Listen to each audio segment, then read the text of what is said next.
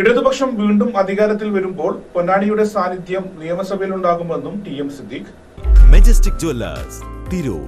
Gold, diamonds, silver and watches. Celebrating 50 years. കേരളത്തിൽ ഇടതുപക്ഷ ജനാധിപത്യ മുന്നണി ഗവൺമെൻറ് 3ാം തവണയും അധികാരത്തിൽ വരും. അതിനനുസൃതമായ രീതിയിലേക്കാണ് കേരളത്തിലാകെ പ്രചരണഘട്ടം അവസാനിപ്പിച്ചപ്പോഴും പോളിംഗ് ആരംഭിച്ചപ്പോഴും ബോധ്യപ്പെടുന്നതായിട്ട് മനസ്സിലാക്കുന്നുണ്ട്. അപ്പോൾ LDF ഗവൺമെൻറ് അധികാരത്തിൽ വരുമ്പോൾ പൊന്നാനിയുടെ സാന്നിധ്യവും ആ ഗവൺമെൻറ്റിൻ്റെ ഭാഗമായി ഉണ്ടാകും. ആ രീതിയിലേക്കാണ് തെരഞ്ഞെടുപ്പ് മെഷീനറിയും അതുമായി ബന്ധപ്പെട്ട പ്രചരണങ്ങളും നടന്നിട്ടുള്ളത്. ഭൂരിപക്ഷം പ്രവചിക്കുക എന്നുള്ളത് പൊന്നാനിയുടെ ഇടതുപക്ഷ പാരമ്പര്യം കാത്ത് സൂക്ഷിക്കുന്ന രീതിയിലേക്കുള്ള ഭൂരിപക്ഷം വരുമെന്നാണ് പ്രതീക്ഷ.